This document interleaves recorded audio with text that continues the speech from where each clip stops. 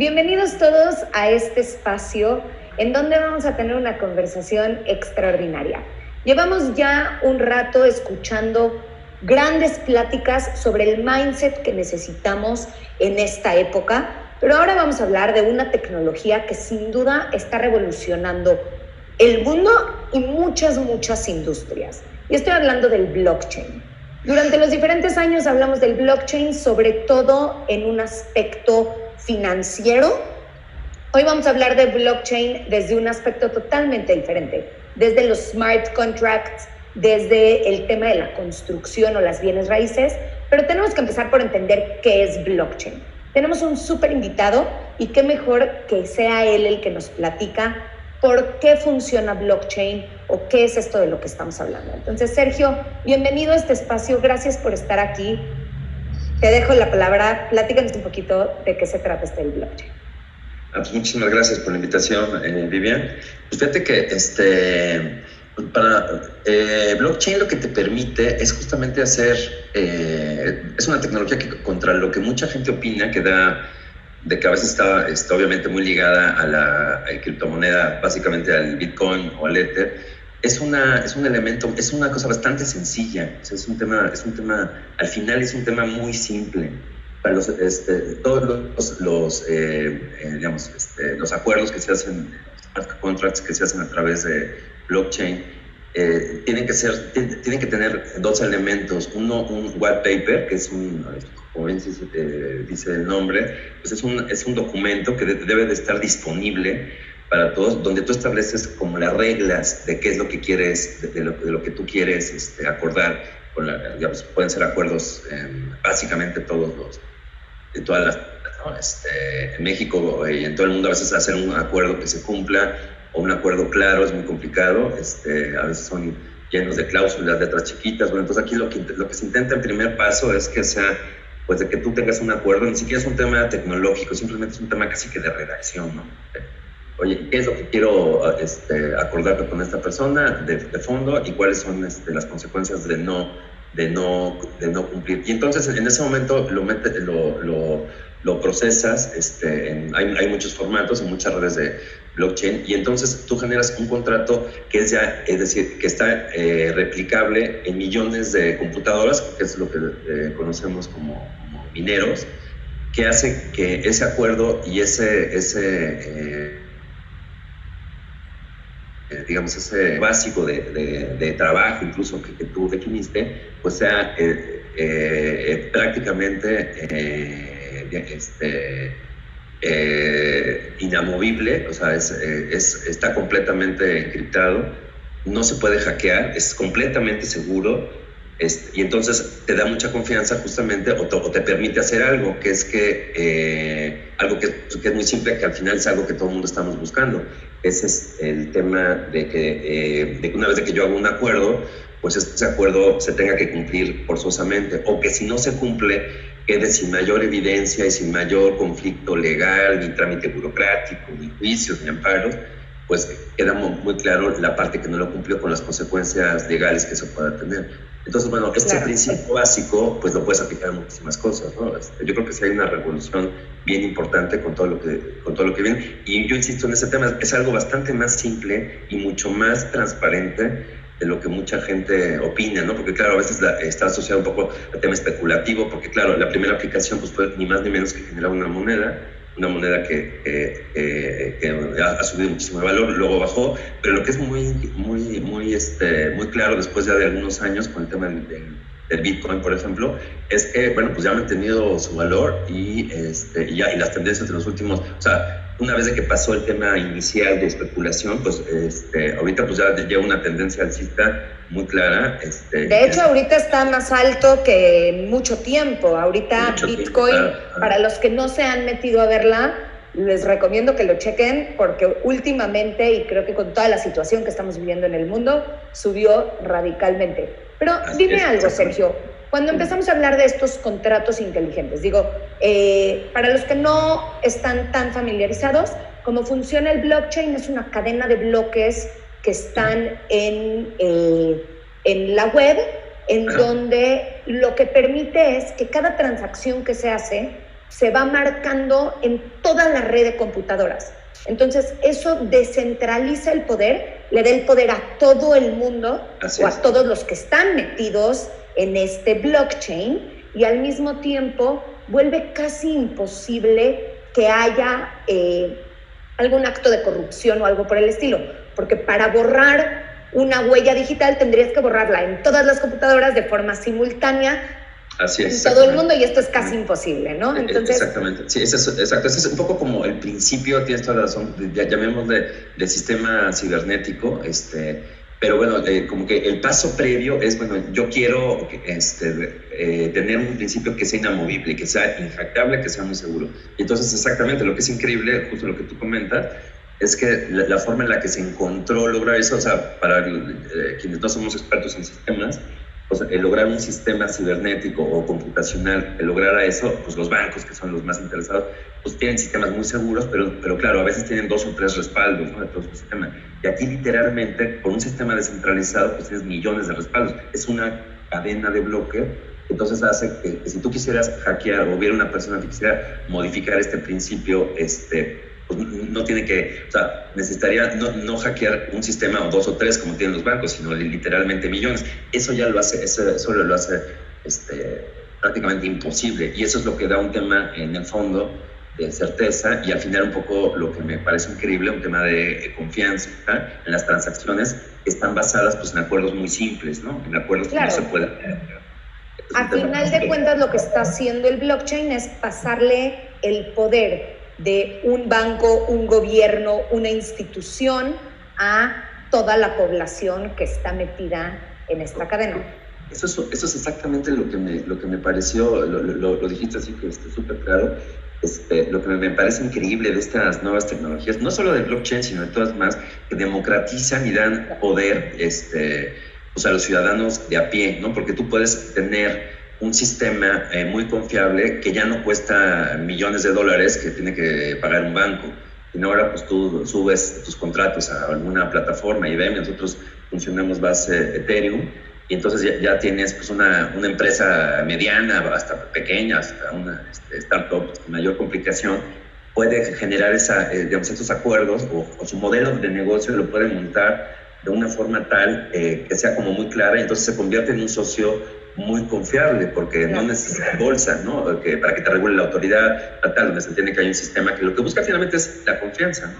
Entonces este sistema es un sistema de mucha más confianza y mucho más democrática. Entonces me parece que es una total revolución, justo por lo que tú comentas, ¿no? Un sistema descentralizado. Y justamente, ya yéndonos un poquito más hacia el tema de los smart contracts, los contratos inteligentes, llevamos cientos y cientos de años haciendo contratos entre privados, contratos con gobiernos, contratos entre empresas, contratos por todos lados, y generalmente, seamos honestos, son una pesadilla, son un montón de hojas que nadie quiere leer, y que el que lo lee poco entiende. Y la verdad es que son muy poco efectivos, porque una vez que si el contrato no se logra, te tienes que ir a un pleito, muchas veces interno, sumamente complicado. Entonces, ¿qué es esto de los contratos inteligentes o los contratos de blockchain? Sí, son contratos que se plantean como en una forma muy lógica. O sea, empieza como por poner muy claro justamente lo que tú quieres poner, entonces lo pones siempre en una forma condicional, digamos, es un tema. En realidad todos los contratos, hay un tema interesante, el de estudiar leyes y estudiar lógica matemática debe ir de la mano, ¿sabes? Es porque al final es un poco lo mismo, es interesante, pero muchos abogados no les gustan las matemáticas, y yo lo que pienso, oye, pues lo que tú estás haciendo hacer un contrato es un modelo matemático al final, ¿no? Porque tú estás diciendo, a ver, yo acuerdo esto, sí, tal, si no, no, y en tal caso, tal. O sea, son puros frases de lógica matemática. Al final un contrato matrimonial, si me caso por bien separado, sí o no, pues entonces comparto. O sea, al final tú puedes hacer una estructura lógica de prácticamente todos los contratos, y además un poco lo que yo creo es que si tú tienes un contrato que no la tenga bien o que sea inconsistente en ese punto, y olvídate de blockchain, pues es un contrato que no va a funcionar. Y yo te diría que la mayor parte, o una parte importante, no soy experto en esto, ya me he ido haciendo un poco experto como ingeniero en temas legales, pero bueno, yo no soy abogado, yo tengo la sospecha de que una parte importante, digamos, de los contratos que no se cumplen es porque no tienen esa, independientemente de blockchain, no tienen esa consistencia lógica, ¿no?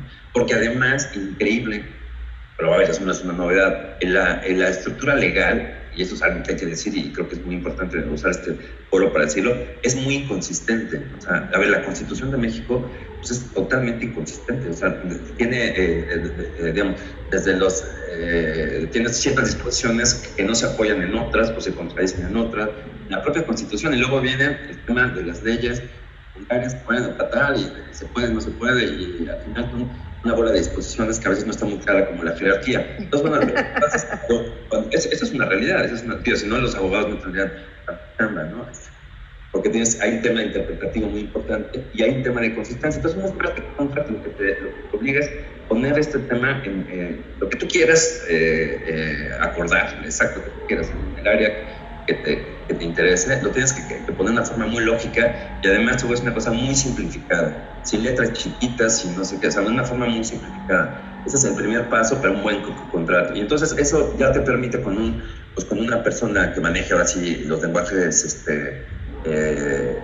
computacionales, hay muchas formas, incluso ya hay contratos que ya están modelados, es un tema bien interesante en Ethereum. Entonces tú usas un contrato y simplemente aplicas el formato, la estructura básica de ese contrato o lo diseñas para que tenga esa lógica y una vez que ya lo defines, pues entonces todos los elementos, digamos, condicionales de ese contrato te replican y van quedando exactamente lo que tú comentabas, quedan, digamos, dejan una huella en el sistema, pero ya digamos, como que las reglas del juego con las que tú ya arrancaste, pues esas reglas no se pueden modificar y entonces una vez de que empiece el juego, que es finalmente un contrato, es una empresa donde empiezas a ya jugar, entonces tienes que respetar forzosamente esos acuerdos y finalmente toda la partida, si vemos una empresa o un acuerdo como un juego, pues lo que estás viendo es decir, es que todo el juego queda grabado, ¿no? Entonces, y esa está disponible para todos y es inmodificable. Entonces, realmente tiene una fuerza increíble, ¿no? Para hacer un tema que me parece que en la sociedad y en el mundo de los negocios es muy claro, en el mundo, digamos, de la emisión de dinero es quizá también más claro, pero en realidad es un tema que rebasa por mucho esos ámbitos. En la sociedad humana, pues resulta que el generar confianza y acuerdo entre las personas, y sobre todo en un mundo global, pues es un tema, ha sido siempre no un problema, pero ha sido un issue que hay que resolver. Y me parece que esta forma de resolverlo es una forma muy democrática, muy barata, y yo creo que no existe mejor forma de hacerlo porque la tecnología te lo permite de una forma como muy simple. Entonces, corrígeme si estoy equivocada, pero creo que un poquito lo que estamos viendo aquí es, podemos poner las reglas del juego de una forma súper sencilla, en donde prácticamente de forma automática, si las condiciones se dan de forma correcta, el resultado sucede, si no se dan, automáticamente no sucede y evitamos la necesidad de entrar en pleitos posteriores en caso de que sea necesario. Entonces, de una forma muy sencilla, usamos la tecnología para brincarnos todos estos procesos legales, corrijo, de una forma legal, no quiere decir que no sea legal,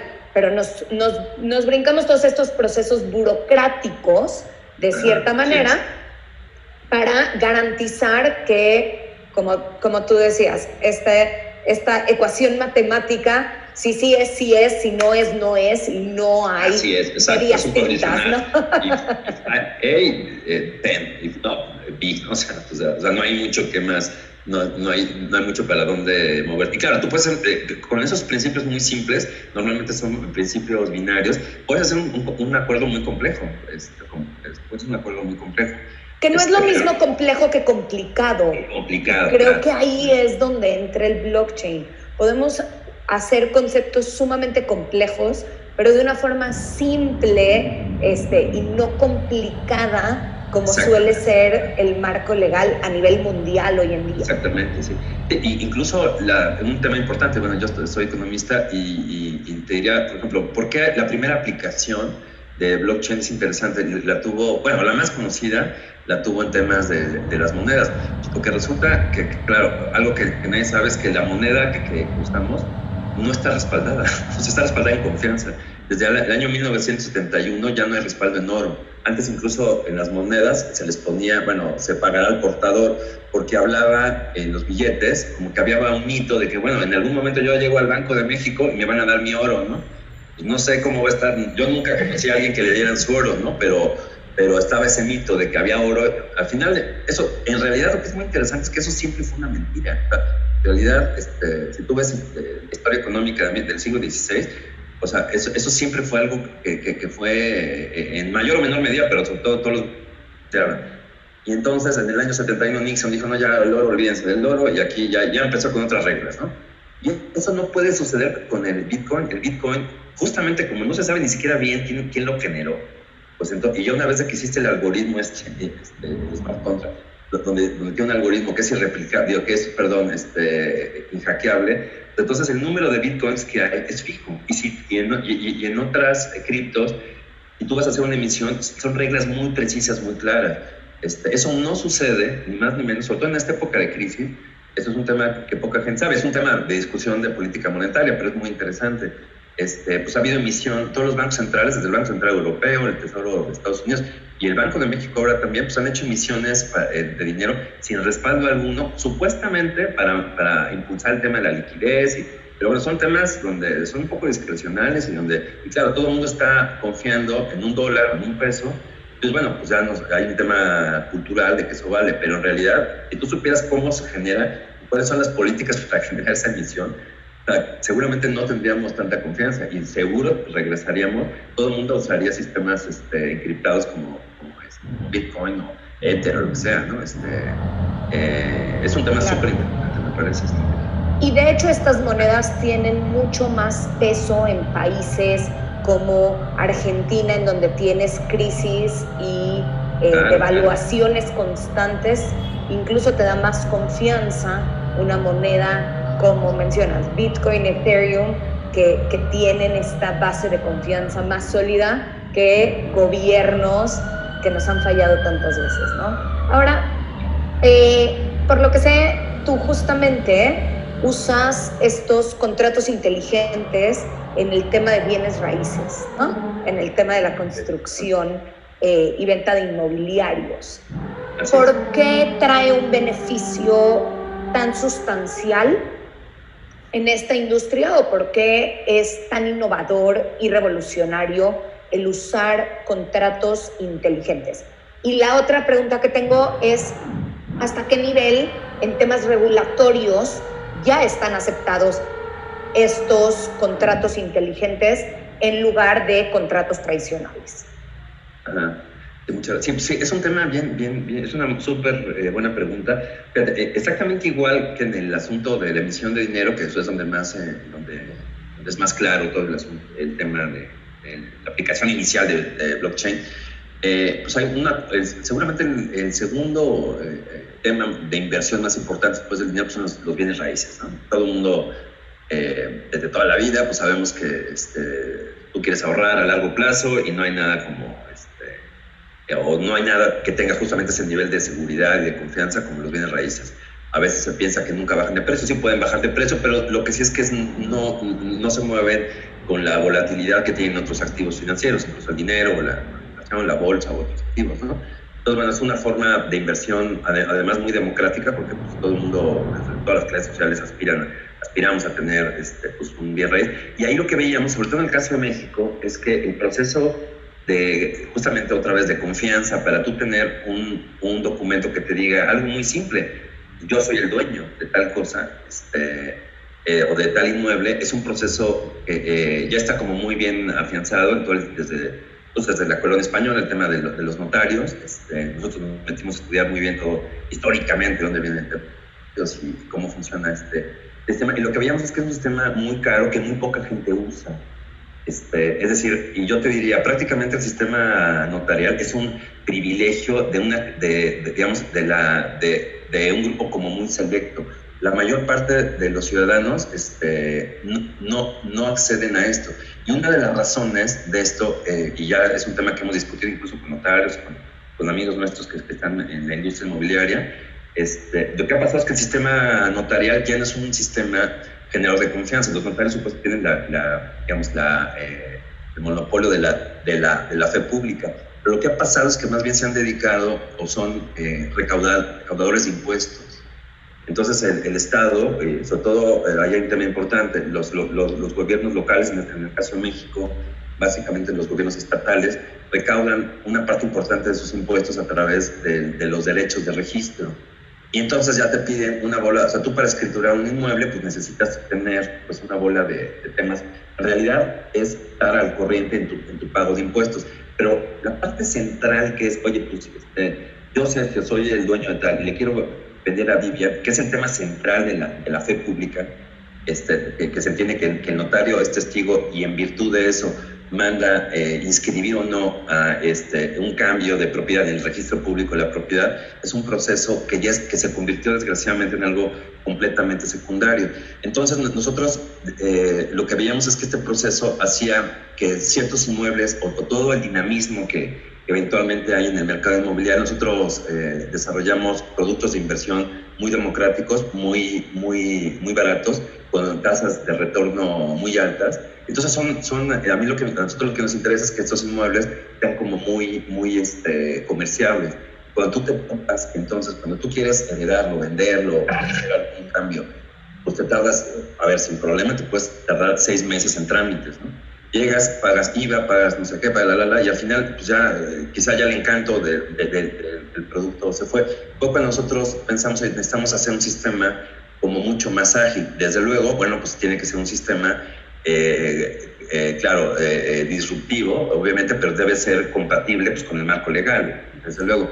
Entonces, nosotros lo que estructuramos es, bueno, lo primero fue una nueva disposición que hay, porque, bueno, el tema legal es obviamente central, porque al final lo que la gente busca pues es un título de propiedad que tenga como todo, que claro, sea eficiente, que sea barato, que sea muy, incluso diría hasta flexible, pero que sea sólido. Y entonces, lo primero que hicimos es descubrimos que una parte importante de nuestros clientes, como en general en todo el mercado inmobiliario, no escrituraban, entonces el registro público de la propiedad no está actualizado. Te comenté una anécdota muy interesante que sucedió en el terremoto del año 2017, pues en la zona central de la Ciudad de México. O sea, no estamos hablando de zonas marginadas ni zonas fuera de la ciudad. Había, pues hubo muchos sitios afectados. Hubo un programa del gobierno local de la Ciudad de México para apoyar a los propietarios. Usaron el sistema oficial, el registro público de la propiedad, para apoyar a los propietarios. Y lo que se veía que incluso en zonas centrales de la Ciudad de México, los verdaderos dueños de los espacios no era lo que decía el registro público, porque no estaba actualizado. ¡Qué locura! Entonces, estás hablando de Aracón del Valle, estás hablando de lugares afectados, pero no estás hablando de zonas marginales, donde, bueno, uno pensaría, bueno, ahí es más lógico que no estén, que el registro público no funcione. Entonces, eso lo notamos. Entonces, empezamos a hacer nosotros desde hace 3 años un sistema basado en blockchain, se llama Noxlo. Es un sistema muy padre donde lo que hacemos nosotros, o sea, simplemente te decía, en un contrato público es quiénes son los dueños. Claro. Y entonces, digamos, como que ahí empezó un poco este tema, ¿no? Que era un sistema que no se pudiera mover, que fuera, una vez de que yo declaro como titular original que el dueño soy yo, bueno, les digo que a partir de tal momento el dueño es Vivian. Y eso es una declaración súper simple, es lo más simple de un contrato de smart contract, donde yo digo, pues a partir de tal fecha yo estoy diciendo que el nuevo dueño es Vivian. Algo tan simple me parece que acabó siendo como muy útil, ¿no? Está increíble cómo uno de los temas más complejos nuevamente se está volviendo tan sencillo, y la forma en la que podemos ayudar o pueden ayudar a tantas personas en México y en el mundo, ¿no? Que cuántos pleitos hay por propiedad, cuántas personas están tratando de recuperar sus tierras o sus propiedades, y de esta manera podemos realmente traer muchísimo beneficio. Sergio, se nos acaba el tiempo. Creo que este es un tema sin duda que nos puede dar para muchísima conversación, pero por desgracia no tenemos más tiempo para seguir adelante. Me encantó tenerte aquí, me encanta este concepto. Por favor, a los que les interese, métanse a averiguar un poquito más sobre blockchain, sobre los contratos inteligentes. Los que estuvieron en el Summit hace 2 años escuchando a Santiago Siri, él el acta de nacimiento de su hija es a través de blockchain. En vez de registrarla en el registro civil, la registró en blockchain. Aquí vemos que también puedes registrar tu casa o tu propiedad de la misma forma. Y bueno, esto sin duda apenas es el principio de grandes cambios que vamos a ver con esta tecnología. Sergio, muchísimas gracias. Vivian, encantado de estar contigo. Muchas gracias. Y a todos los demás nos vemos ahorita en el auditorio principal para la última experiencia del día.